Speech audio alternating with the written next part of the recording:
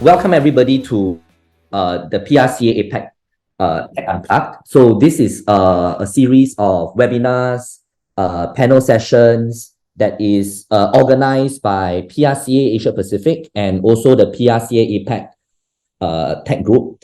The Tech Group has been around for a year, and we frequently organize events for those of us that are in tech comms. And in this series, the PRCA APAC Tech Unplugged, we will invite different guests and also talk about different topics that are sort of important or we think are important to those of us that are working in either B2B or technology communications. Now, in today's session, which is actually session 2, I am actually going to talk about debugging creativity, right? So there's actually a set of approaches that I will share with everybody in terms of what our agency does in cracking a creative. And then later on, I will also share what I mean by debugging it, because I feel that a lot of times when a creative idea doesn't work, a lot of my peers tend to throw it out and try to come up with something new. But actually, I found that the best approach to it is actually to what I call debug, right? And that's a very software engineering term, and it involves different steps we can take to make something maybe not totally cannot use, right? But from bad to good, and then how to make it even better. Now, we also have Vera and Elizabeth joining us today. So they are the PR Young Lions, they're the winners of the PR Young Lions competition in Singapore this year. So I believe that they will have very interesting things to share about how they also cracked the creative in order to win the competition. So I'm going to start now. Now, in today's session, we are going to touch on quite a few topics. Number one is a very basic, what is creative in the context of our industry? I have a 9-step approach that our agency uses to distill that creative, and I'm going to share what that is. We also then discovered that using this approach helps make for more efficient brainstorms. I think that a lot of us spend a lot of time in meetings. So any time that we can save sort of making those more efficient is always better. So I'm going to share how we can do that. And then lastly, I'm going to cover what I mean by debugging, right? Which is what I spoke about at the start of this presentation. Now, moving on. Now, what is a creative, right? And I think that this word is thrown around a lot. There are many different definitions out there, right? And certainly, you know, if for creative, we can even use it to refer to a position doing a particular role in our industry, right? So what exactly is a creative when it relates to, I mean, campaigns or branding and things like that, right? Now, to lend context to today's session, I'm going to define creative as this, right? Now, cracking a creative, right? Or sometimes we call it creative platform. Some people call it a big idea, no? Whatever it is, right? That creative is about, cracking that creative is about distilling, right? A story that we want to tell, usually for a brand, right? Into, in my opinion, it's most simple and purest form, right? So we definitely need to distill a lot of messages that brands have, right? And then sort of distill it into something very simple, maybe easy to understand, right? And I think the last point is something that I think is left out most of the time, which is and dramatizing it for the audience, right? I think that a great creative needs to have some drama in it in order for people to sort of catch attention. So, sorry, I'm looking at the Q&A. Yes, we are going to record. This session is recorded. Okay, so sorry. So please leave your Q&A inside. I'm going to answer at the end of the session, yeah? So I think that dramatizing it for the audience is something that we miss out most often. And I think that adding it back into my framework or adding this point to my framework, right, is something that helped me sort of crack creatives very easily. Now, when used effectively, it helps your campaign tell a cohesive story, right? Especially today when we talk about different platforms, fragmentation. So, across these different touch points, how do you tell a similar story? It gives your campaign longevity and continuity. A good creative should be able to be used across campaigns, in fact, over multiple years, right? And that's where we see, effective campaigns. If used effectively, also the gift wrap and that ribbon or that cherry on top of your campaign, right? That makes it really, really nice and polished. Personally, right? For those of us in agencies on brand side, it will help our campaign win awards, right? Because it ties everything nicely together, right? And then lastly, I think a lot of us that work in this industry, we really, a large part of it has to be driven by passion, right? And I think that doing work like that really gives us, so-called the feels as a professional, right? Beyond, I think, the paycheck. So I think that having a great creative for any campaign that we execute, right, is extremely important.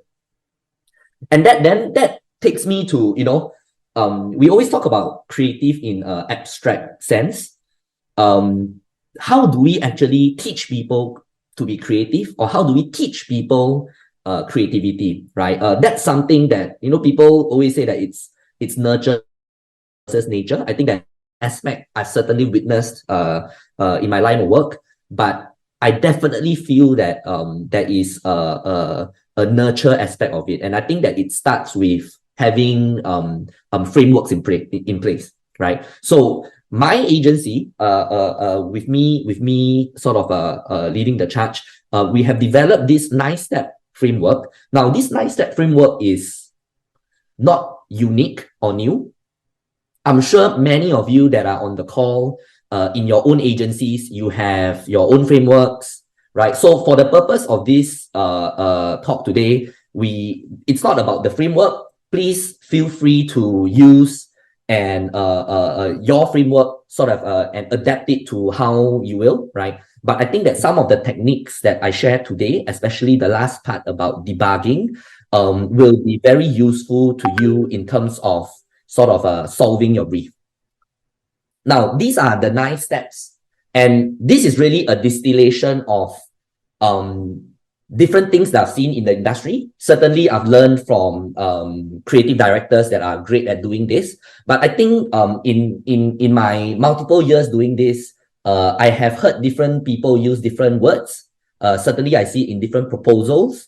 Different people also have different steps. But the problem that I encountered is that none of the frameworks that I've seen so far allows me to go very clearly from one step to the other. I always felt like there was something missing, and thus, from one step to the other, I couldn't quite make the leap. So what I did is to fill in the blanks, right? So I have taken some of what I felt were the best ones out there, and I think I thought about what was missing, and I've sort of filled in the blanks to arrive at these 9 steps. Now, these 9 steps is contingent on, when solving a brief, you have to do great research, right? And that great research needs to account for very good takeaways, right? But beyond, so let's assume that we are starting from that point of having great takeaways, right? And then how do we then solve the brief, right? And usually after, in an agency, when we solve that takeaway, when we have done all the research, right, we'll start doing brainstorms and doing discussions, right? And this is where I think it comes in, right? Now, I've divided it into 3 acts. Act 1 is what I call setting the scene and establishing the context. Act 2 is subverting expectations. And then Act 3 is basically revealing what the campaign is about and what the ideas are, right? I call it raise curtain and delight. Now, I'm going to go through all these 9 steps first, and then after that demonstrate, how in one of the campaigns that I've seen, it has been done very well. Now, Act 1, set the scene and establish the context. Now, in any storytelling that we do, you always have to set the scene, right? Because, when inducting your audience into the creative idea that you have, you always need to set them in the mood, right? If you think about watching any movie, the starting scene of the movie is always extremely important. And a lot of times we will see title cards, for example, right? The first scene is, it will say New York, 1949, right? That first scene, let's say it is raining, right? Just based on that kind of few details, you more or less put your mind in a certain place in time, right? And along with that, you sort of add in certain emotions into that sort of story that you're about to embark on, right? So I feel, right, that in creative storytelling, it is extremely important to sort of establish what that scene is in order to sort of build on certain stereotypes or certain knowledge that is already within your audience, right? In order for them to fill in the gaps of the story that you're trying to tell. Now, this first act, there are 3 steps that I use, and I always start off with the zeitgeist. Now, a mistake that I think a lot of people make is that when looking at, when brainstorming for something, they always start with the brand. And what I found out is that the best creatives don't usually resonate outwards from the brand, right? You have to, in my step 1, I always encourage people, throw away the brand first, right? I know that you're going to work on a brand and that will come later on. But what you're trying to tap on is something bigger, right? And zeitgeist is exactly what that means, right? Zeitgeist is, the definition of it is basically something that is popular, right? And that defines the current time that you're in, right? If you talk about big topics, right? For example, in Singapore, we recently just had the presidential election, right? So that is actually a large part of the zeitgeist in this last 2 months, right? Or in, let's say, in the States, a few years ago, or even up to now, right? The Me Too movement, right? That is actually zeitgeist, right? And I think it is really important for us to tap on something like that because people don't pay attention to brands. It's the brands that need to tap on something bigger for people to notice the brand, right? People seldom sort of go to the brand as a definition of what's happening around them, right? So I think that the first step, what's important is to sort of not forget the brand, but put the brand aside first and think about what are the few big topics happening in society that we can sort of tap on, right? And in, you know, in my slides later on, you know, you start seeing the trend. After I sort of establish that, hey, I call it the zeitgeist, I also have also known as, right? And this is because in different decks and from different agencies, from different pieces of work, I've sort of seen people use different ways, right, to define zeitgeist. I think it's more or less the same, but I've explored some of the other alternatives, right, just to help us identify, to say that, hey, actually what another brief is doing is more or less the same, right? It's just that they've used different words. Now, so after defining the zeitgeist, the second thing we need to do is find a tension, right? So what does tension mean, right? Some people call it the challenge, right? But tension is basically you have something happening, right, in society. What do people agree to disagree on? What is the drama here, right? Just now I mentioned that the drama is very important. Where do people agree to disagree? Or what are the unpopular opinions, right? You have to sort of bring a contention into that zeitgeist in order for you to create that drama, right? And identifying this is, I think, the way into making what you want to sort of leverage on interesting. Third, and the last, and I think of all the 9 steps, is the most difficult one, right? Is basically insight. And I think as an industry, we throw around this term a lot. When I was a junior, I used to define insight as, you know, so if I say 90% of Singaporeans hate the sun, right? And then I would put that as an insight. Now, that is often not an insight. It's usually just a stat, right? And distilling that insight is actually quite difficult. And in fact, the most difficult part of this entire process. But nonetheless, I have found out that if I have a zeitgeist and a tension, right, usually the insight comes easier, because usually what I find is that a good insight is a contradiction in society that is there, but maybe nobody talks about, right? That is one way to look at it, right? So I define it as, you know, something that is unrecognized, unexpected, yet a fundamental truth that everybody sort of knows, that makes you reimagine or re-examine something that is already there, right? A convention that's already there. So finding that insight is, I think, pivotal to helping sort of crack the brief. And I'm sure that many of you have heard that, the insight drives the creative. And I certainly find this to be true. Now, if you are lucky enough and you get past these 3 stages, the next thing that you want to do is subvert expectations, right? You want to make sure that, hey, we are challenging a norm here. Now, what is that U-turn that we want people to take, right? So Act 2 consists of 3 things: role, a call to action, and the strategy. Now, this is where I encourage people to start thinking about the brand. So the first act, throw away the brand first, think about society at large, right? The environment that you're operating in. And then only in Act 2, start to think about what's the role that your brand plays in this sort of drama that you're about to play out, right? And so what I define as role, that's very simple. The role that your brand, product, or service plays in improving the customer's life, right? The definition can be looser, but this is where I think you bring in, usually the USP of what they're trying to plug right here, right? So this is, I think, self-explanatory. Now, the call to action, I think this is a step that I added in because I think far too often there are campaigns that have no call to action. And regardless of whether we are targeting consumers or B2B clients or whatnot, you need some sort of a call to action for your consumers to sort of do something, right? If not, there's no change in behavior, right? So I think having that call to action will help you actually sometimes define what you want to do as an activity in order to bring your creative to life. Then comes the strategy. So the strategy I define,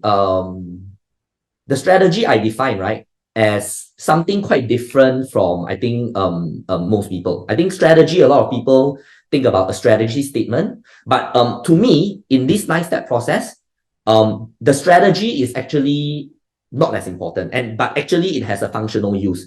I use the strategy to A/B, not A/B test, but to test whether the first 5 things that I've come up with, right, or rather, the first 5 things actually make sense or not. Are they logical or not? And actually, I will go into what I mean by that, right, when I show you an example.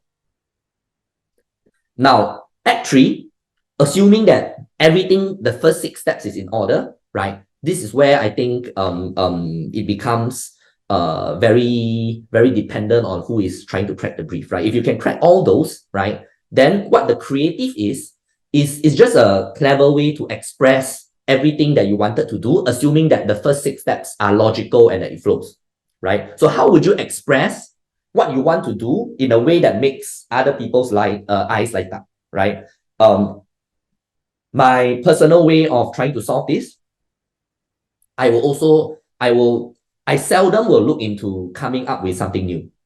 I don't think I'm that smart, right? So what I will look into is, are there things out there that I can use as a reference, right? So I will explore emotions. I will explore movies that have explored very similar topics, right? I will often look in song titles or song lyrics, right? There are certainly people that has a better skill with the pen than me, right? So I often look at these places for inspiration in order to tap on existing ideas that have the potential to be the creative. And it doesn't mean that you just copy, right? I think in creativity, a lot of what we do is tapping on emotions that are already out there. So there are certainly things that are in the zeitgeist that already sort of do what you're trying to do, but sometimes you just want to take it and tweak it, right, or turn it on its head, and that then becomes your creative, right? So that's actually how I sometimes explore what the creative is. But the creative, you don't just come at the creative from nowhere, right? The creative has to be driven by that first 6 steps that I just mentioned.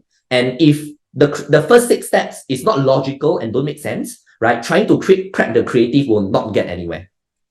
Okay, so the first 6 steps is actually the sort of a North Star for you when you're trying to sort of think of a witty way to talk about the creative, right? The creative is really just the wrapping paper, right? But you can't have the wrapping paper and the ribbon without the first 6 steps, which is the contents of the present. Then comes the big idea, right? And I think that the big idea is used interchangeably with creative sometimes, right? But in my framework, I define the big idea with the actual thing you want to do, right? The creative is just an expression to me, right? But the big idea is actually what you call the tactic, right? But usually it is the big tactic, right? And I'm going to also touch a bit on, what different tactics are like and what is a big idea and what I define as small ideas, right? So small ideas is not something that I've heard people talk about, but I was trying to find a way to distinguish between the different kinds of tactics, right? So I was thinking about like, hey, if we have big ideas, then we need to have small ideas, right? And thus this is where it came from. So those are the 9 steps. Now I wanna show you how these 9 steps work. I have taken some case studies, right, from past work, from peers. They're not all from me, right? I have certainly worked with some very brilliant people, so I borrowed some of that work. In a lot of cases, there are campaigns that have been retired or campaigns that have already passed, or I have scrubbed out the name of the brand and all that, right? But at the end of the day, I think we are all here to learn, right? So please take the what you see as a pinch of with a pinch of salt, right? Now I'm gonna use an example that I worked on quite some time ago. I think some people on the call have actually worked on this case as well, but I've changed the name to anonymize this, right? But I'm gonna call it Pure Wipes, right? And there's nothing to know about this brand. It's just wet wipes. Just assume that it is the USP is that it's all natural. So I'm gonna show you with regards to this brand, right? What that 9 step would look like in action. Just give me a second to make sure I cover. Okay, just let me, they are saying that my pings can be heard. So let me just close everything. And we're back. Okay, now, so just imagine that wet wipe brand gave you a brief, and that brief is to sort of do a campaign. Now, let's look at how they will tap on that 9 steps to do something like that, right? And it starts off with the zeitgeist. Now, I have changed the actual campaign being executed by a bit, right? So this is actually not what was executed, right? But it's similar. Now, the zeitgeist, if you look at the picture here, I think that we are looking at something that we often see, and you often see this in a lot of parenting sort of category products, right? And what that zeitgeist is actually that, you're always seeing all smiles, right? Parenting products perpetuate a myth of perfect parenting, right? Kids are always smiling. Certainly, there are ugly kids out there, but the kids inside commercials are always good looking, right? If you drink milk, you'll be smart, right? The mother is always pretty, right? So that's that image that I think people give, or rather brands give, right, or have been perpetuating, right, in terms of mother care and child care and things like that. Now, in this big environment, with this in play, what is the tension here, right? What is that conflict here? And the conflict here is that, they are perpetuating an image that is, not very realistic, and when done over and over again, strips parents of their confidence of being good parents. Okay, so this is the challenge of what that zeitgeist has brought to our society. Now, what is the insight here? Now, people that want to be parents, if you think about it, or rather perfect parents, do you think that they are actually doing it for their kids? If you are talking about toddlers here, right, your kids, it's not going to remember, man, right? Your kids don't judge, right? The reality here is that, they are doing it because they are trying to live up to certain standards amongst their peers or what they see online and things like that, right? And that's, I think, the unhealthy things that sometimes we talk about when it comes to the beauty category, right? Certainly cosmetics or beauty products always do this. But I think parenting too. And I think that this is a great case study because it's easy for all of us to understand. Now, what is then that role, right? Now, our role is to disrupt the infant care category, right? By embracing the imperfection of real parenting, right? So we are saying that, hey, contrary to what everybody is saying, whereas they are always all smiles and perfect, we are saying that imperfection is reality and imperfection should be celebrated, right? So the call to action is to inspire parents, right, through a USP of the brand, which is honesty.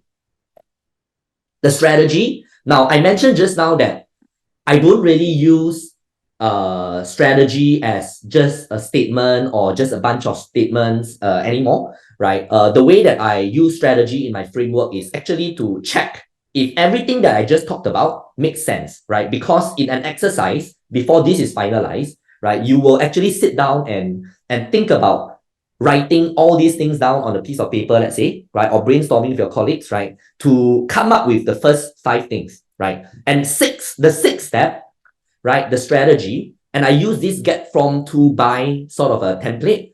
This is where you think about inserting all those points that you mentioned just now, inserting it here in the get from to by framework, right? And then if it flows logically into one sentence, you know that everything that you had is golden, right? You know that everything that you had makes sense, is logical, and can, when you present it, you're not going to get shot down by the client, or you're not going to get shot down by the consumer, right? So I use the strategy as a way to basically sense check, right? Or check if there are errors, right? And if we are talking about debugging today, right? If you think from the shoes of a developer or a programmer, this is basically the compile button, right? When you do programming, right? The developers press compile to see if their code sort of has errors, right? And if their application launches. Okay, so this is basically my compile button. Now, what is the creative here? The creative here, I'm going to show you in a short film, right? I'm going to play it now.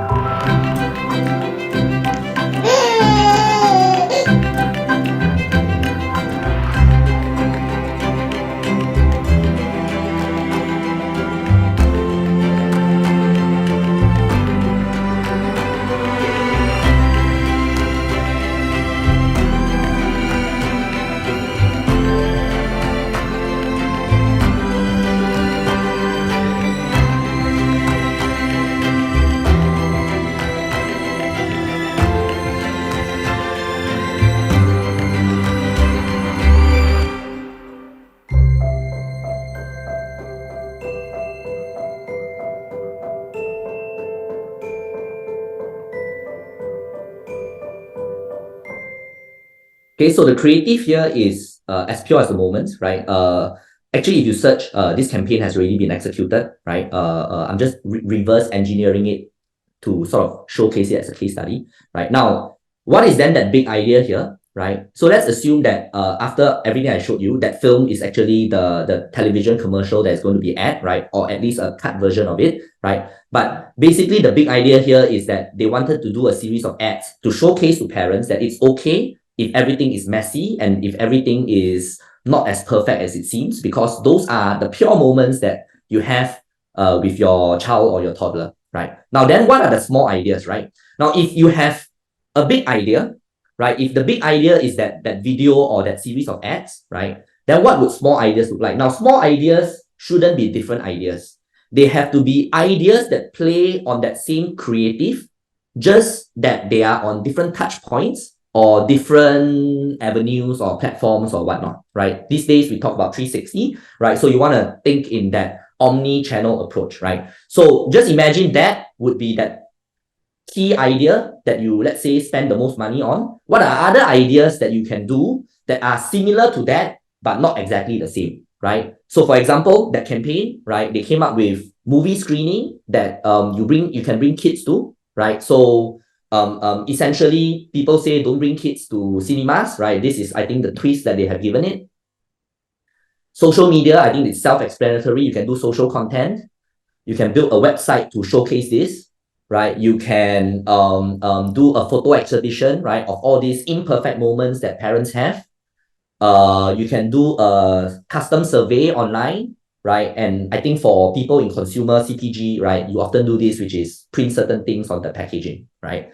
Now, assuming that you use that as a example of a typical campaign that you always see out there, right? Now, what goes on behind the scenes, right? If that was the final product, right, how was that distilled? So if you think about everything that I presented to you so far, right, and that 9 steps, everything actually fits on 2 pages. And these 2 pages is what me and my colleagues in my agency use to solve any brief, right? If we don't fill in these 2 pages, we don't move on, right? And if we fill in these 2 pages and we do the homework and fill in these 2 pages really well, we have essentially solved the brief already. Why do I say that? Is because these 2 pages essentially reflect back to all the slides that I just showed you just now, right? So if we think about, we are always saying that, wow, it's a mountain of work to crack a creative, actually, if I distill it, it's actually just 2 pages, right? So this is, I think, a way that I think helps put me in the mindset of making every brief sort of easy to solve.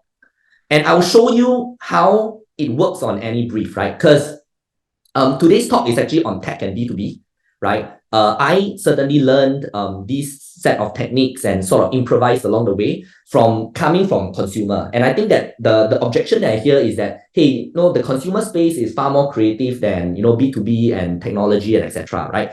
Actually, I don't agree. The agency that I work in is almost 100% servicing B2B sort of clients, right? And we use this creative platform to sort of this creative framework to solve any brief, right? And certainly all the B2B briefs that come across my desk, right? So I'm going to show you one, which is for an industrial 3D spatial mapping client, right? This is as B2B as it gets, right? Now, this is basically the homework that we've done. This is the final version, right? Certainly went through different rounds of sharpening, right? So the context here is that, so again, the clients, they sell cameras that essentially give you those kind of 3D 360 video or 360 experience when you want to explore like a museum, or even when you are renting a house and you want to see what it looks like. Okay, so that's their product. Now, what is the context here, right? Or rather, what is the zeitgeist, right? Is that in today's world, right, professionals, right, that cannot show their space off, right, and they are trying to sort of make money of it, right, they resort to things like blueprints, floor plans, and photos. If you've done sort of rental before, right, or you've wanted to see a event space before, you want to do a site recce, I'm sure you have been sent blueprints, floor plans, and things like that, right? Now, the challenge or the tension here is that these spaces that they want to rent out may not always be accessible, right? So lacking 24/7 access, right, is actually a blind spot for that industry, right? So nothing beats, right? Nothing makes a sale in that industry like the customer being able to feel out the actual space, right? And if you think about this industry, it is not just people like real estate agents using it, right? You have, for example, security people using it, right, in order to look at the security flaws of a building. Or you even have building management people that may have cameras around to give them a live feed so that they can lessen the amount of people they use patrolling the whole mall, right? So everybody is going to just sit in a room with CCTVs and observe instead, right? So they use it in these kind of cases, right? So the insight here is that people that are working in those kind of industries, right, they hate, right? They hate hearing the word "in hindsight," right? Because usually between themselves, if they say "in hindsight," it means that something fucked up, right? Okay, so that was the insight that we came up with. Now, what is the role here, right? The brand's service, right, which is somewhat a digital twin, right, is a space that not only is always within reach, right, but unlocks that ability for these people in this industry to plan, manage, and promote those spaces like never before, right? Because they can do a lot of stuff in 3D that you cannot do on blueprint, floor plans, and photos, right? So the call to action here is to inspire these professionals by giving them a new superpower. Now, then, remember I said the strategy is basically a check on all the steps that you have here, right? So the strategy in one sentence: get planners, dreamers are basically interior design people, right? Get planners and interior design people who plan, manage, and promote spaces from being blindsided by what they can do with a space due to lack of access to that space, right? To see that brand's digital twin as a catalyst to unlock the value of their asset, right? And then what the call to action here is to give them a new superpower. The creative that we come up with, so what is the opposite of in hindsight is basically foresight, right? So the creative is to give people the power of foresight. And we actually debated about this, and we felt that foresight was great because this is a B2B campaign, right? And in business, we are also talking about foresight all the time, right? We value business people that have great foresight, right? We celebrate it, in fact, and we felt that if the brand, right, used foresight as an anchor, right, or as a talking point for their brand, they can actually do a lot of things, right? They can do talks, they can do business lunches, right? There's a lot of B2B byline things that they can do with, this platform, which is the power of foresight. Now, what is then that big idea, right? I'm going to show you what the deck ended up looking like. So note that the deck, when we prepare for clients, we don't always follow the 9 steps. We have it with us, but then we need to do then that storytelling now, right? That 9 steps is basically for us to sort of internalize and make sure that our work makes sense and is logical, etc. Now, where do then we take this, right? So I'm going to move very fast, building our narrative. I've talked about this before already. These are the different kind of stakeholders that we're trying to attract, right? People are using blueprint and all these very old ways of sort of selling spaces and managing spaces. Now, in reality, nothing beats seeing the space because you can even do like measurements, right? Things like that in 3D. So in this business, people don't like in hindsight, and thus what they value, right? So our brand, right? The brand's role is to come in and give them a superpower. The superpower is to be able to give them the power of foresight, right? To be able to let you fill out the space, measure everything, sort of understand what you're dealing with without you even going to that space, right? So hopefully you see, you sort of agree with me that regardless of whether this is for consumers or targeted at businesses or whatnot, right? You can actually use these 9 steps to help you sort of crack creative. Now, speaking of cracking creatives, there are 2 people that I feel are great at doing this, and these 2 people are Vera and Elizabeth. Now, Vera and Elizabeth are this year's winner, Singapore winners for the Young Lions competition that we did, I think, back in March or something. So I've invited them to come and share, their experience of cracking creatives and how they did it within a short 24 hours, which was, what happened during the Young Lions competition. So Vera and Elizabeth, are you there? Yeah, we're here. Okay. Thanks, Nick. So I'm just gonna quickly introduce us. So I think Nick has done most of the introductions, but yeah, basically we paired up and then we went for the Singapore competition. So I'll let Liz kind of share a bit more about that and then how we went on when we actually went to Cannes and then did the global competition. Yeah, sounds good. Thanks so much, Vera. And thanks, Nicholas, for having us. So I'll start off with the Singapore competition, just to give you guys a very brief overview of, what it actually entailed. So this year, Willing Hearts, it's a soup kitchen here in Singapore. They're the ones who supplied the brief for this year's competition. And like what Nick said, we had 24 hours to come up with 3 different items. So a 10-page PowerPoint, 1 PowerPoint slide summary, and also a written submission. I think through that 24 hours, Vera and I didn't get a lot of sleep, but I think it was a great process because we actually got to stretch our muscles. We did a lot of brainstorming. Nick, I really like your first slide when you open and said, talk about cracking the creative. It's going back to the most pure and simple form. I think that's what we really stuck by. So I think that's how we, kind of pulled our ideas together, make it a little bit more practical. And Vera will talk about this more. And we won the Singapore competition. And in June, we managed to go to Cannes for the global competition. So it was roughly the same kind of approach where, the brief was supplied by an NGO, and this time it was Eco3.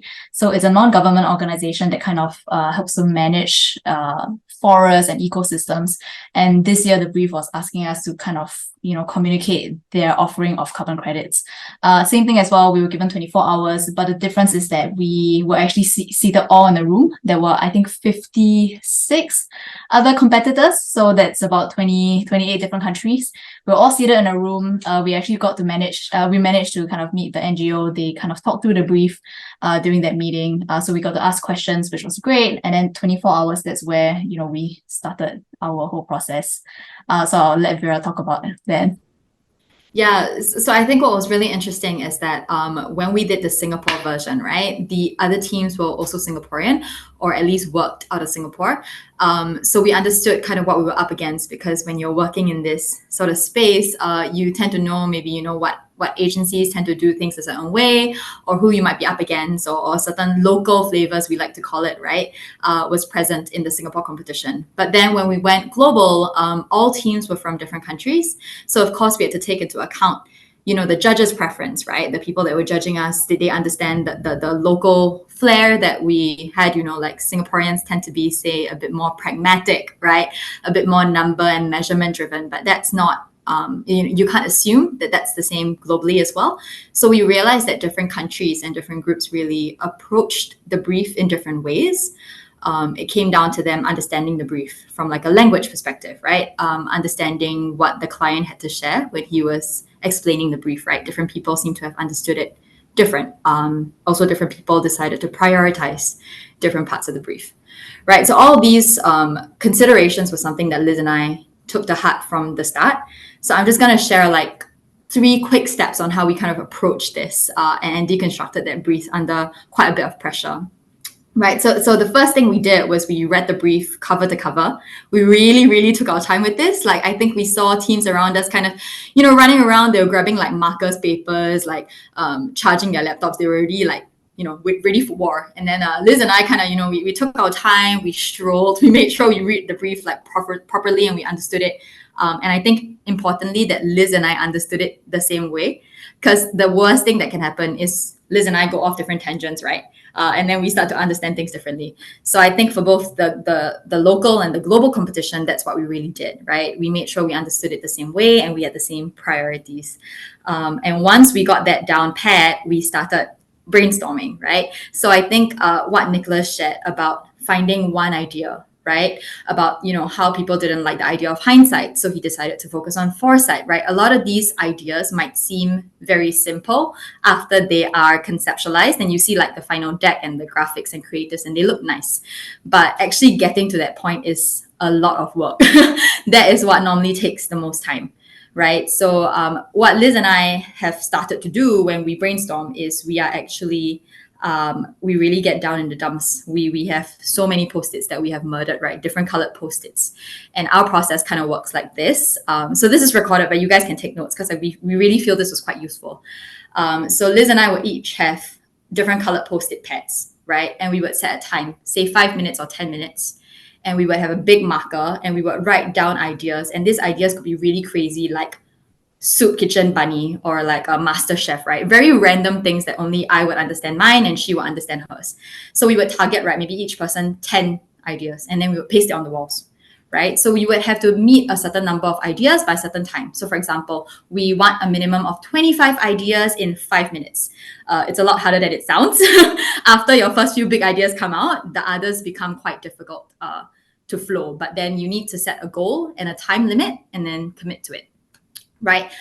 So once you have all of that on the wall, what you do next is you have to be very ruthless. Like some ideas are just going to be quite trash, frankly. Some of my ideas will be quite trash. Some of Liz's ideas will be quite trash. Sometimes we don't agree which ideas are bad, right? So you really need to fight it out and then be very ruthless. Sometimes people get very attached to their ideas prematurely, right?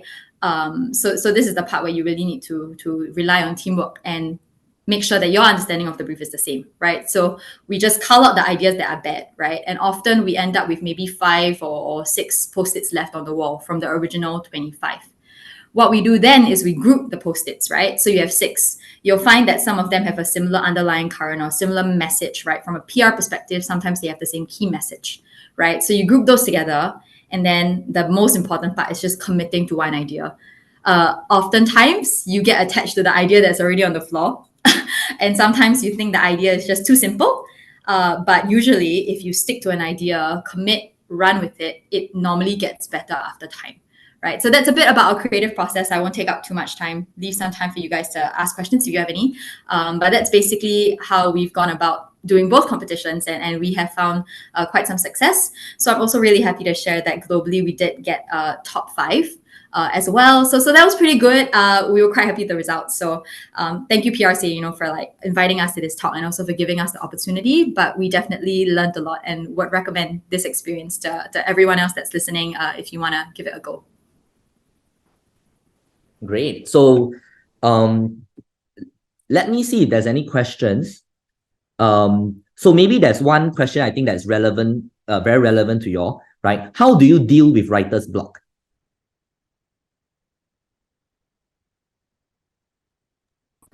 Writer's block. So I think for Vera and I think we're being very disciplined. Like she talked about it a little bit earlier, but I think what we went through this creative workshop as well, and what the instructor actually told us to do is to just go ahead and be as crazy as possible. There's no bad idea within that 15 minutes. Get your posters out and just anything that comes to mind. Look at different sectors, any wild ideas. There were just no bad ideas within that 15 minutes. The only bad ideas come after that, and then when you start culling and you just being very, very ruthless about which idea should stick. And then that's where all the different requirements start coming in, right? You need to make sure that it's practical. You need to make sure that it's feasible, scalable, and then all these kinds of things factor into your ultimate decision. Making sure, and you can do it, in a step process. I think Vera, we had 50 ideas, I think at one point. And then we started doing it round by round. We said we have to cut off by half, and then after 25, we have to do it top 10, and then after top 10, it'll be top 5 or top 3. And that's how we really kind of arrive at, the simplest form of idea on what will actually work. Yeah, I guess if by writer's block, if you're asking about like a creativity block, I think one thing that's good to establish is really feeling like it's a safe space, right? So Liz and I have obviously worked together for a while, and then we know how we work. And then, you really put yourself in a meeting room, just you guys and some post-its, right? And you don't have, external factors. So it's just the team that's working on it, primarily brainstorming, and you have to be very forgiving with each other. So when you feel like it's a safe space, normally the ideas will flow. And, sometimes they might not be politically correct. Sometimes they might not be very modern. Sometimes they might, not even really work. But it's usually those nuggets that give you a lot of value. Okay, there's actually another question to Vera and Elizabeth. What kind of questions did you ask the NGO? Sometimes you need to ask the right questions. Yeah, so what actually happened with the NGO for the global competition is that they gave us the written brief, right? About, was it an hour before they had the presentation, right? So they sent out a Google Doc situation, view only Google Doc. Everybody had access at the exact same time. And then they gave us 60 minutes to kind of read through it. And then they gave the presentation. So when he gave the presentation of the brief, he actually covered the entire brief, right? For Liz and I, the main thing we wanted to know was what his business wanted to focus on. So let me expound a bit more on EcoTree. Basically, the idea is they plant trees to offset carbon emissions, right? But they were also trying to sell carbon credits for retail. So carbon credits is a very sort of institutional situation. I don't think a lot of retail consumers would think about offsetting their carbon footprint via carbon credits, right? So that was what he wanted to establish. That was the business case, right? So we wanted to understand what were his no-nos and what were his yes, for example. So we could focus on, say, monetizing the carbon credits, right? But we're not sure that his business wants to go that way, right? So to us, satisfying basically the client, right? The CEO, the founder, the client, the management is what's most important. From an agency standpoint, that's normally how you get business, the person that holds the wallet. And from an in-house standpoint as well, that's how you get the buy-in from the stakeholders. So I hope that answers your question. Okay, so if I can allow Vera and Elizabeth, if you can answer one last question that I see here that's quite relevant before I let you off. So there's one person that asks, how do you brainstorm if you are a Lone Ranger? And I see that, one of you, I think is working in-house, right? So a lot of in-house people are Lone Rangers. So, how do you overcome that?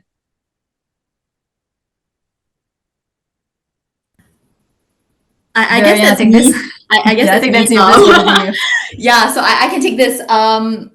Yeah, no, I think there are a lot of ways to go about it, right? The first is having industry friends really does help, right? So even though Liz and I don't work together anymore, sometimes when I have a wild idea, I still bounce ideas off of previous mentors or teammates that I know would give me value.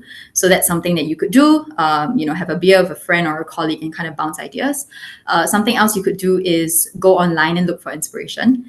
So I'm going to share something with you guys, and I know this is recorded, which upsets me, but if you Google Deck of Brilliance, and I'm really exposing this here. So I first found out about this via like a session that we went for, Liz and I, and then I thought it was really helpful. So whoever asked that question, I hope this really helps you. If you just Google Deck of Brilliance into Google, you can do it right now. It's a free resource, and they gave you like a bunch of cards that will serve as inspiration. If you Google it, you'll see what I mean. But I found that has really helped when you're doing something on your own.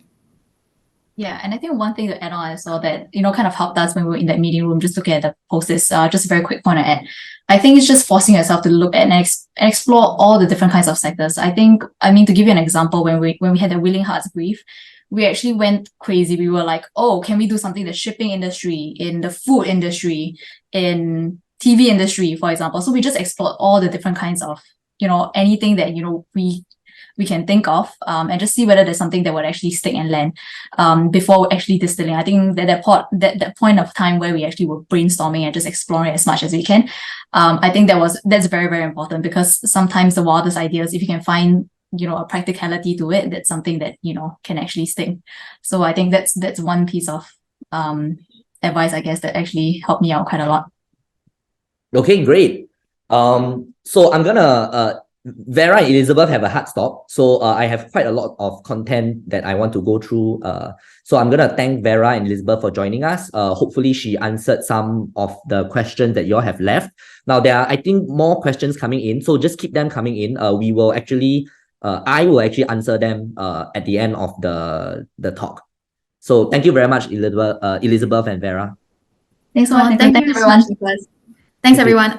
Real quick one, if you guys want to reach Liz and I, just feel free to reach us on LinkedIn, just connect with us, and then we can answer any questions. But Nicholas, leaving you in the good hands of Nicholas. So I'm sorry we have to pop off, but thank you so much for having us. Thank you. And thanks everybody for sending the questions.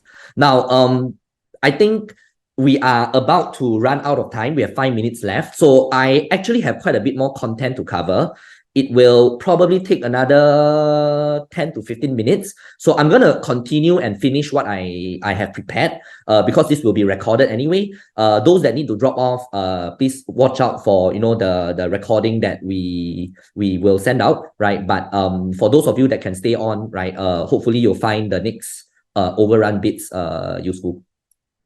Now, just now we talked a lot about brainstorming, right? I think at the start, a lot of questions that you had for Vera and Elizabeth is on brainstorming. Now, this is actually part of why I personally use my framework, and I think a lot of people use frameworks. And I think even with frameworks, we often make certain mistakes, right? Because you have framework, right? But you may forget it sometimes in the heat of the moment, in the discussion, etc. So I'm not beyond also falling into some of these traps. So I want to use this opportunity to sort of bring up some challenges that we always face doing brainstorms, right? And also how then this framework actually helps keep me on track in terms of being productive in brainstorms. Now, I want to show a very quick picture, a very quick video, and I'm not sure if many of you can relate to brainstorms that are sort of like this. Finally was KB, and he just needed to make 2 shots to metal. But KB couldn't even make 1. I'm telling you, this was just sad.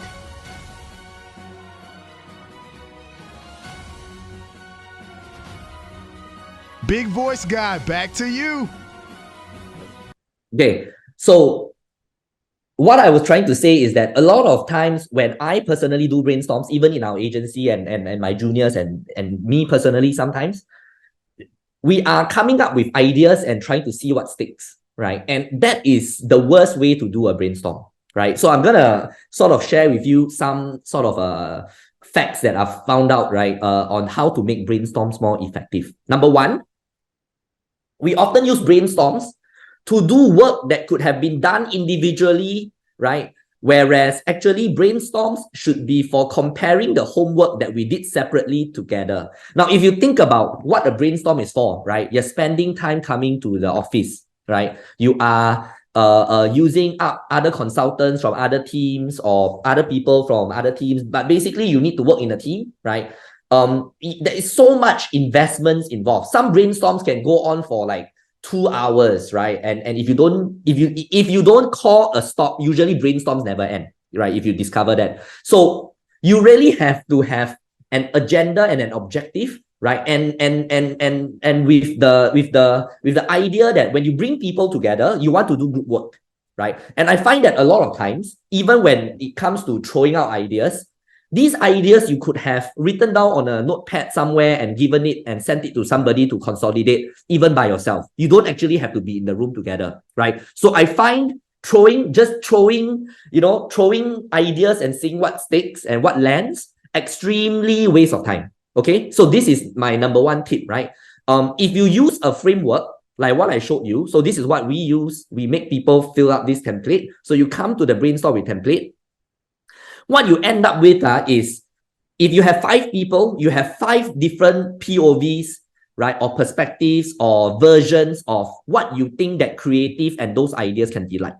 And then what we do in a brainstorm or in a meeting is actually to compare notes, to see where are the strengths and weaknesses of each person's work, right? And then we work as a team to sort of sharpen it, right? So if you think about that, that is leveraging the work of teamwork, right? Just throwing out ideas, that's actually not really teamwork, right? That's something that could very well be done by yourself. So that's, I think, tip number 1 for me. Tip number 2, we use brainstorm to come up with ideas.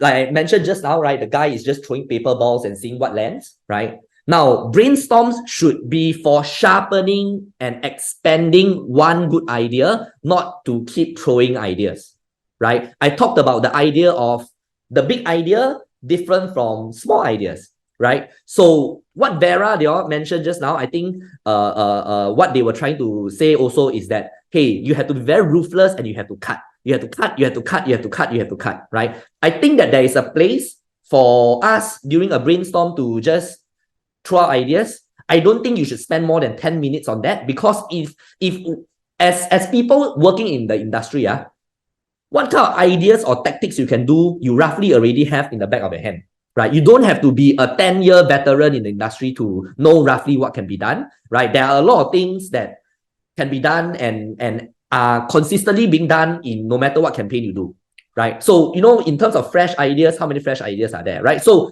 don't waste time coming up with like a gazillion ideas. I often sort of end a brainstorm with a wall for post-it notes, but actually these are all post-it notes with ideas that I've actually had with another client, or I've already had in my head, right? So that's a waste of time, right? What you want to do is to limit it to 10 minutes, identify great ones, right? And then use the power of the team to sharpen them or expand on them, right? So that is the power of using 5 brains to solve one problem versus using 5 brains to solve 25 problems. Okay, so I find that effective for me. Now, this is the example, right? What I do is we all have the sheets like this. We will start poking holes at it, right? We will even go right down to, this should be A. This is A, but I think it should be B, right? I think that this is the best version. I think that Candice's version is not the best version. My version is the best version, right? We have arguments like this. This is brainstorm and this is a discussion, right? It can even be things like, the words that we use, right? Should it be another word, right? Should the word be split into 2? Because some words, when you split into 2, it means something slightly different from just one word, right? So even frivolous things like that, we sort of scrutinize, and we go and poke holes, and we go and try to come to a consensus, right? So that is what in my agency, or when I lead brainstorms, I try to do. Number 3, right?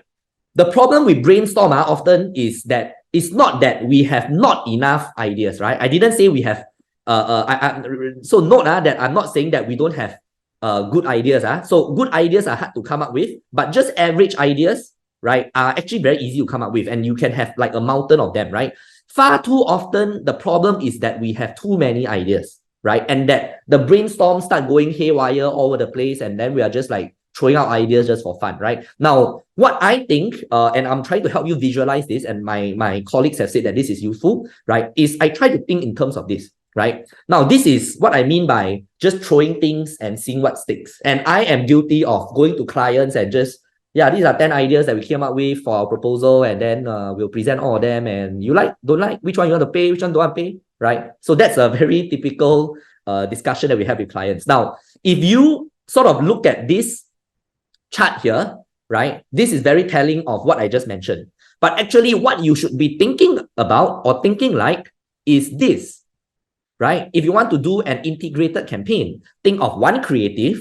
What is that one big idea? And what are the 5 different small ideas that you can plug in around your big idea to sort of retell that same story, but in a different way, right? Now, if you remember this chart, this sort of a diagram that looks like a turtle, right? If I look at it from another perspective, if we think about 360 approach, right, then that makes your brainstorm effective, because based on that one big idea, you know that there are different channels out there, right? Earned, paid, shared, own, collab, which is like influencers and stuff like that, right?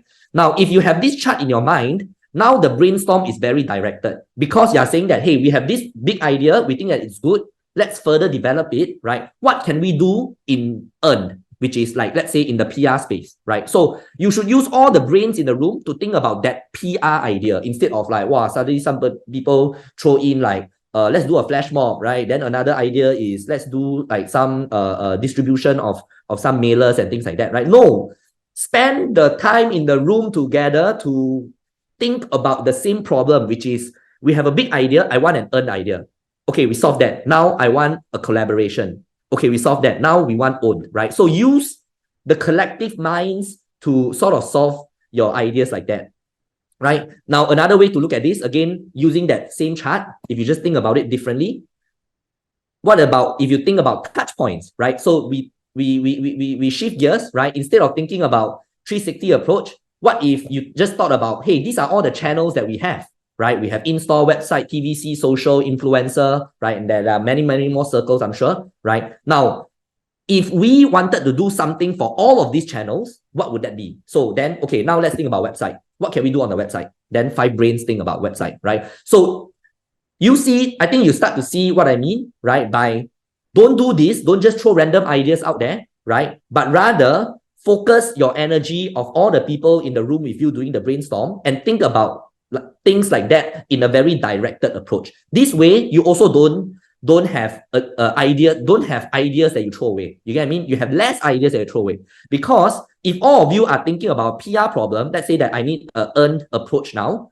all of you think about that earned approach, you choose the best one you like, then you move on. Then you don't have to think about earned approach anymore, right? Next one, what can we do on paid? Then all of you think about paid, right? So I think that this makes brainstorming much more effective. Okay, now then comes to the topic of what do you mean by debugging? Okay, and this is the last section, right? So apologies if I overran a bit. Now, what do I mean by debug? Okay, I come from a tech agency. I have some background in programming, even though I'm not a software engineer, right? Now, when I was learning programming, right, debugging is a process in which I have written the code, right, and then I press, like I mentioned just now, I press compile. That's what programmers do, right? Basically, you press compile is to make sure that the program launches and it does what you think you coded it to do, right? So this is where the programmer reviews your code, because when you launch the app, right, something didn't quite compute, right? So maybe you type in 1 + 1, right? Let's say it's a calculator app. It turned out to be 3, not 2, right? So something is obviously wrong with the code, right? So I actually then use this approach to debug creatives as well, right? Because now that I have steps in my creative process, right, that makes it very logical, and anything that is logical can actually be debugged, right? So building great code, right, isn't about throwing out the bad code and restarting from scratch, right? I see this very often, right? Oh, this idea is not good. Let's think of another idea, right? So the brainstorm is just, we have 20 ideas, still none of them are good, right? What you want to do is choose the best of the 20, and then iterate the bad code into good code, into great code, right? You can actually sharpen and spend enough time on one idea to make it really, really good. Okay, so this is what I usually do. Okay, so 5 things that we can do, right? These are 5 approaches that I use. You ask yourself, does the code even compute? That means when you press compile, does the thing even launch, right? There are some things that once you write it down, it doesn't make sense when you read it out to yourself. Okay, number 2, is the output close to expectation? Number 3, is there similar code that you can compare to?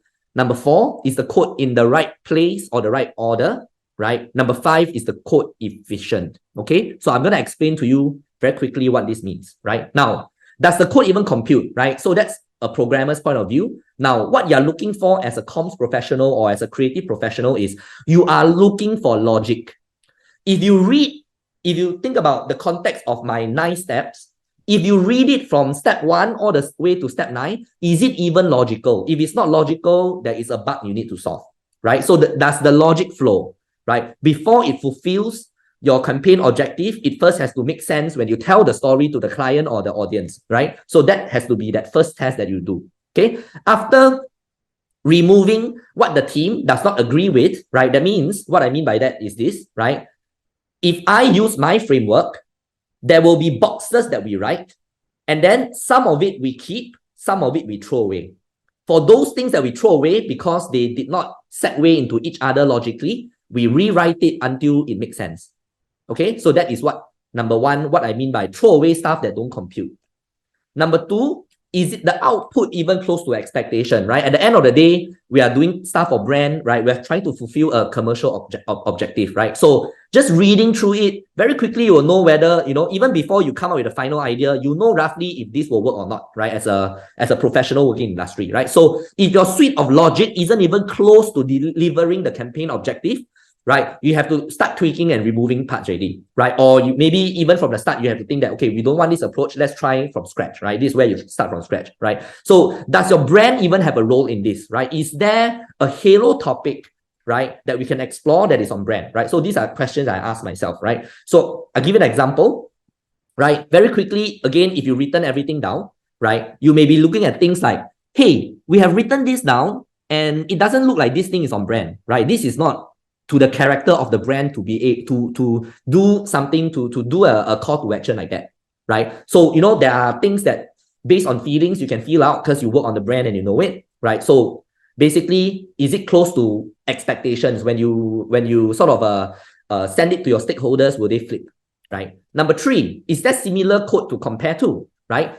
So from a creative perspective, right, do you have another version or perspective from someone else? This is what I mean by I do the work, you do the work. Now we have 2 pieces of work. Let's compare notes. Some are good here, some are good in the B, right? A and B. Is there a way to combine? If there's no way to combine, can we sort of use the perspectives of A to try and solve B, right? Because A was obviously, let's say, weaker, right? So this is what I mean by sort of comparing notes, right? So, really work as a team, right?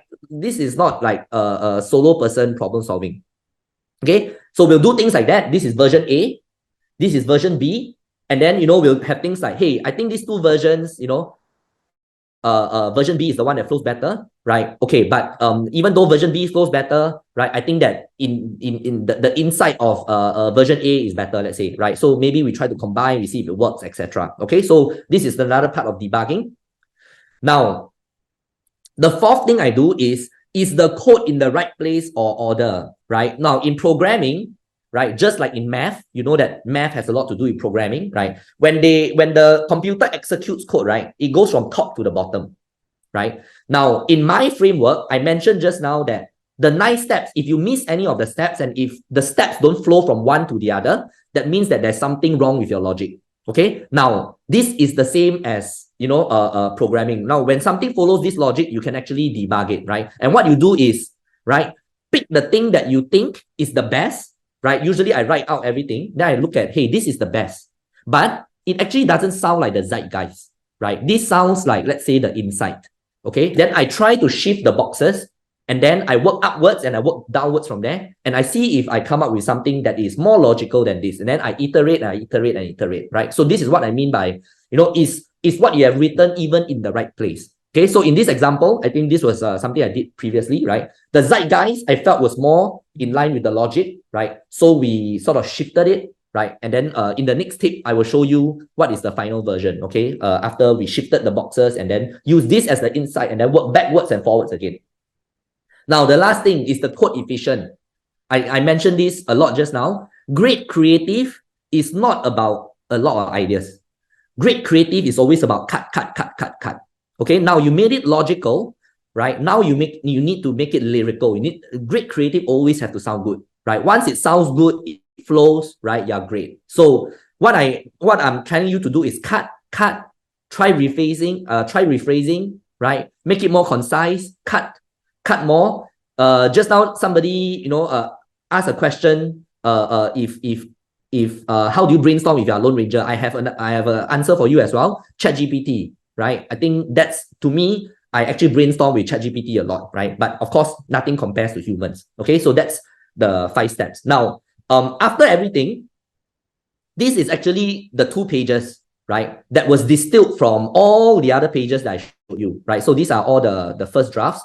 This is the final draft, right? Look at the word count, look at how I phrase different things, right? So, it is really about cutting and then making it more concise and then making it flow, right? So this is how, I come up with great creative. Now, I'm just going to leave you with this last bit, which is I have shown you these 2 pages of behind the scenes just to prove to you again that this can be done for B2B brands, right? That was actually done for a pitch, right? So this is a fintech brand, right? And they wanted to talk about ambition, right?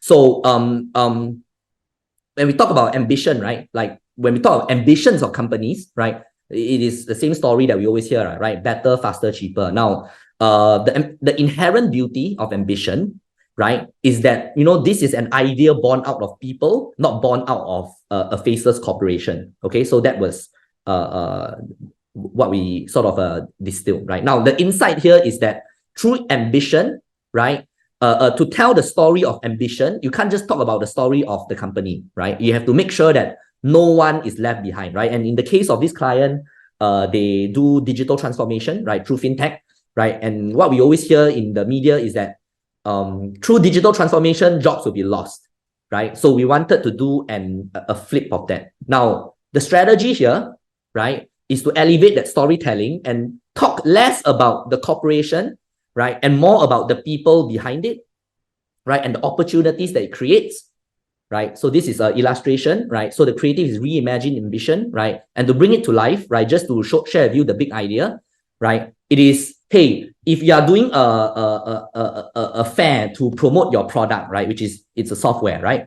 What about reimagining it as less of a product showcase roadshow and more of a job roadshow, right? So instead of talking about your products directly, right, we wanted them to talk about the products in terms of, hey, if you have this product, this is the new kind of jobs that will be invented, right, in your organization. And this is the kind of upskilling that will be done within your workforce because you have adopted this software, right? So digital transformation where, we reimagine the ambitions of people working within that organization. Okay, so this is roughly the big idea. Okay, so with that, I am sort of done with the content I want to share today. I just want to take some time to answer some of the questions within the chat. So I'm just going to go down in order. So the first question is, do I mentally go through 6-step process before arriving at the big idea, or is this a basis of culling the ideas that don't work? So my answer to that is, and I found this to work for me, maybe not for everybody, but I believe that there is some truth to it.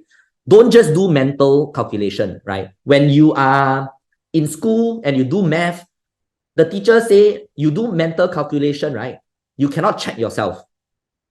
And you cannot let others check your work. So what I do is I always write it down. That's why I have the template, right? And that template has sort of if I fill up the template, I'll be good and people can look at it and poke holes at it, right? So I don't mentally go through the 6 steps, right? Of course, over time, as I get better at it, a lot of it can be mental. But even right now, I take a piece of paper, it can be a blank piece of paper and I write. I draw, I iterate, right? Then I take another piece of paper, then I rewrite. Okay, so that's what I do, right? And only when you write can you cull ideas effectively. And then another question, what advice would you give to someone who started in B2C space, transition to B2B? And then a lot of the work tends to be facts-based. This is why I think a lot of us that work in B2B lose out, right? Because we feel that the topic is inherently dry and maybe the clients are a bit more conservative, right? But in my opinion, this framework works for any kind of briefs, even for charity briefs, right? Because my colleagues actually used this framework last year, right? And they also took part in Cannes Lions, right? So that's how they actually solved that brief. So it tried and tested, right? If you have some sort of framework, I'm sure mine is not the only framework, it will work. But what is important here is that don't always start off from the brand. At the start of my presentation, I mentioned that if you start off from the brand, you're always going to be stuck because the brand has been doing what they are doing for quite a long time, right? What can be explored is more or less already explored. What you want to do is look bigger, look in society, look in the zeitgeist, right? That's why I say the first step, the first 3 steps of my process, throw away your brand, right? Park it aside, don't throw away, park it aside, right? But then think of society at large and what are the related halo topics and all that that may bring, that you are able to bring your brand into later, right? So that's how I break out of that. Oh no, if the company is doing cloud computing, all we can talk about is cloud computing. No, right? Nobody that works in cloud computing cares about cloud computing. That's why you have to do campaigns to get their attention, right? So look elsewhere. Okay, then there are other questions. So what kind of scope does culture play in B2B? Or maybe if I rephrase it, maybe it is cracking creatives in B2B. Culture means a lot, man. When I talk about zeitgeist, and I'm going to go back to that slide, right? The zeitgeist is made up of many things in our lives, right? It can be pop culture. It can be what is the social climate right now. It can be the intellectual perspective. So what intellectual perspective means is that, hey, what are the few smart luminaries in society saying, right? It can be philosophers, it can be economists, right? It can be authors, right? Recently, a lot of people are talking about the new Walter Isaacson biography by Elon Musk, right? As in about Elon Musk, right? So these are people that sort of have great insight, and I think you should tap into them, right? And usually, you know, because they're popular enough, they become part of the zeitgeist. What they say becomes part of the zeitgeist, right? So definitely culture has a role to play because culture is an always on thing and culture is always evolving and culture is in everything, right? Not just consumer, right? Culture is in B2B space as well. So definitely, I think culture has a place to play. Now, what you have to think about is this. Your clients, no matter what industry that they work in, right? Even if you are at the brand, they are eventually going to get off work and become a human. You have to market or sell a creative to them like they are a human. And a human has different interests, right? Not just cloud computing or whatever they are working on, right? So explore those halo or horizontal areas, right? Don't just get stuck with your brand. To answer the question of how do you brainstorm if you are a Lone Ranger, right? I mentioned just now the debugging. The debugging can be done by yourself, can be done alone, right? So hopefully that also answers your question. Which is more important, fixing the problem statement or storytelling? If we define the problem statement as what I call tension, then I think that the tension is part of storytelling. And the storytelling cannot do without attention because no good story is without drama. And you need attention to have drama. Okay? So when you watch a movie, you will have to have something unbelievable happen, or you will have to have a antagonist to the protagonist, right? So the tension is the antagonist to your protagonist, which is your brand and the society at large, right? The brand and what it can do in that society at large. So I think these two things are not on the same level, but they go hand in hand. Answer on related writer's block. How do you shake off the feeling that everything has been said and done before? Okay, I don't. I admit that everything has been said and done before, but done in different ways. Okay, I don't admit, I never ever feel like I come up with anything new. What I am good at is knowing what has been done, right? And knowing as much of what has been done as possible, and then bringing that back and as relevant experience. So I don't actually treat it like I have to come up with something new. What I aim for is to come up with something logical, right? and then something that hasn't been done, of course, right? Or cannot be totally hasn't been done, but has been done, but I do it slightly different, right? I give it a twist, right? So I don't claim to come up with fresh new things. I think that I'm a master of doing things that have been done, but in different ways. Any tips for streamlining your research process? Often in B2B, the research takes a huge amount of time. Can I share with you a secret, which is the research?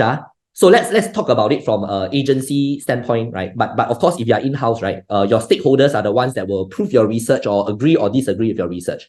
Now, the people that will look at your research knows the subject topic oftentimes better than you. The research is not actually for the team or the other people. The research is to inform yourself, right? So I can actually come up with creatives just by, of course, you have to know the brand, but you can actually come up with a creative without sort of doing research, right? So the research is to inform you, right? There is no end to, I agree with you, there's no end to research and all that, right? But you sort of have to think about, do I think that I've done enough research to know about the brand and their business, right? Enough to sort of think on its behalf. If you think that you have done, your research already fulfills that, then you stop doing your research, right? So the litmus test is, can you think on behalf of the brand? If you don't think that you can think on behalf of the brand yet, then do more research, right? But if you can, then that's time to stop, right? That's time to then put what you have into use, because sometimes after you go through the creative process, you realize that you need additional research, right? That's where you top up. Okay, so hopefully that answers your question. What was one of the toughest case you had to crack? What was the challenge and how did you overcome it? I can't remember which is the toughest case. All of them are varying degrees of hard. And I mean, if I sort of share with you something that maybe will be relatable to you, which is that whether you can solve a brief sometimes also depends on your mood and what other shit you have going on in your life, right? So for me, I always go and sleep. I have never ever had a brief that if I can't solve it today and I go and sleep, I can't solve it tomorrow. I always solve it tomorrow. The reason is because something that you think is rotten today may be great tomorrow when you come back with fresh perspectives. So my answer is sleep. Other people may have different answers, but it's hard to sort of define which was the toughest to crack. But everything can be cracked. It's a matter of time. Sometimes, us working in this industry, we just don't have enough time, right? So you just have to move on with your best move. I think what can be done differently, I think that has been answered. So I'm going to move on. Vishal, if you have more questions, feel free to sort of text me on LinkedIn. If there are no new ideas around, how do you bring it in that brand association to the big idea? Oftentimes, stakeholders, customers may remember the campaign concept but forget the brand behind it. Yes, I agree with you. I have seen many campaigns where sometimes I don't remember the brand, but that is not a problem of the campaign.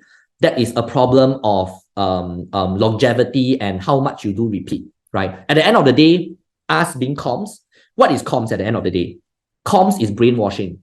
Okay, I hate to say it, comms is brainwashing. If you repeat something enough, people will remember. What is a great campaign? A great campaign is something that has been around, that has been around and has replayed and replayed and replayed over and over. If you replay something over and over, lies will become truth. Something you hate will become something that you love, right? I remember when McDonald's launched, people hated it, man. The kind of feedback that it got online, but then everybody talks about it now like, wow, it's the best jingle ever, right? Shopee, you repeat it enough, even if you hate it, you will notice it, right? P everywhere, right? So at the end of the day, it is about repetition, right? And what a great creative allows you to do is build longevity and repetition into a campaign instead of doing once and throw away, right? Do once and throw away is where you sort of, people will think that, oh yeah, I remember it's some product that did this, is a mobile phone, but I can't remember which brand, okay? So hopefully that answers your question. What kind of big ideas would work for those B2B companies with a limited budget? What would I suggest them to invest on regular communication of one big idea? If you are a B2B brand with a limited budget, I would say be consistent and do regular communications. Don't go, it is very, there are many clients, okay, and I'll be very honest with this. that have come to me and say that I want a viral idea. And I will go on the record to say that that's the stupidest thing I've ever heard. If you are a client or you're an agency or whatever, and you think you can come up with a viral idea, I would say that you are dreaming. Okay, so don't bank on one big idea taking off. Likelihood that it taking off and everybody sort of and it going viral and you suddenly becoming a star is as good a chance as you striking the lottery. And in that case, I rather you go and buy the lottery, right? So I think consistency is much more important here. So hopefully that answers your question, Lina. Okay, so I don't know if there are any more questions. So I don't have I don't have a time cap, right? I'm happy to answer a few more questions. But I think those of you that want to drop off should drop off. So would I recommend paid PR engaging new media to clients for B2B PR? Yes, but it depends on what your objective is, right? Paid is good for only one thing.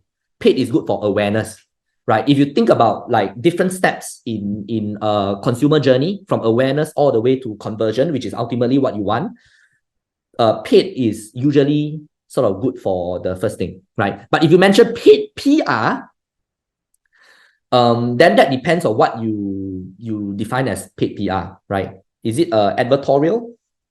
Advertorials, I think, are good for consideration. So I think there are, I can't recommend because I don't know what problem you're trying to solve, but there are different things for different steps. Not everything is an awareness problem, right? I get almost every brief and it says that we have problem with awareness. Not everything is an awareness problem. The awareness problem can certainly be there, right? But not everything is an awareness problem. And task paid is not the answer to everything, right? Certain things PR is better, certain things events are better. It depends on what step of the consumer journey you're trying to fulfill. Any more questions? Okay, if not, I would hope that many of you would join our PRCA Tech. We have a mixer that is coming up next month that we will announce soon, and we will have upcoming talks similar to this every month. Any of you that want to get in touch, please sort of just tag me on LinkedIn or something. I'm sure you can find me, right? And I hope that you have learned something and found this useful. Okay, thank you everybody then. Have a great day.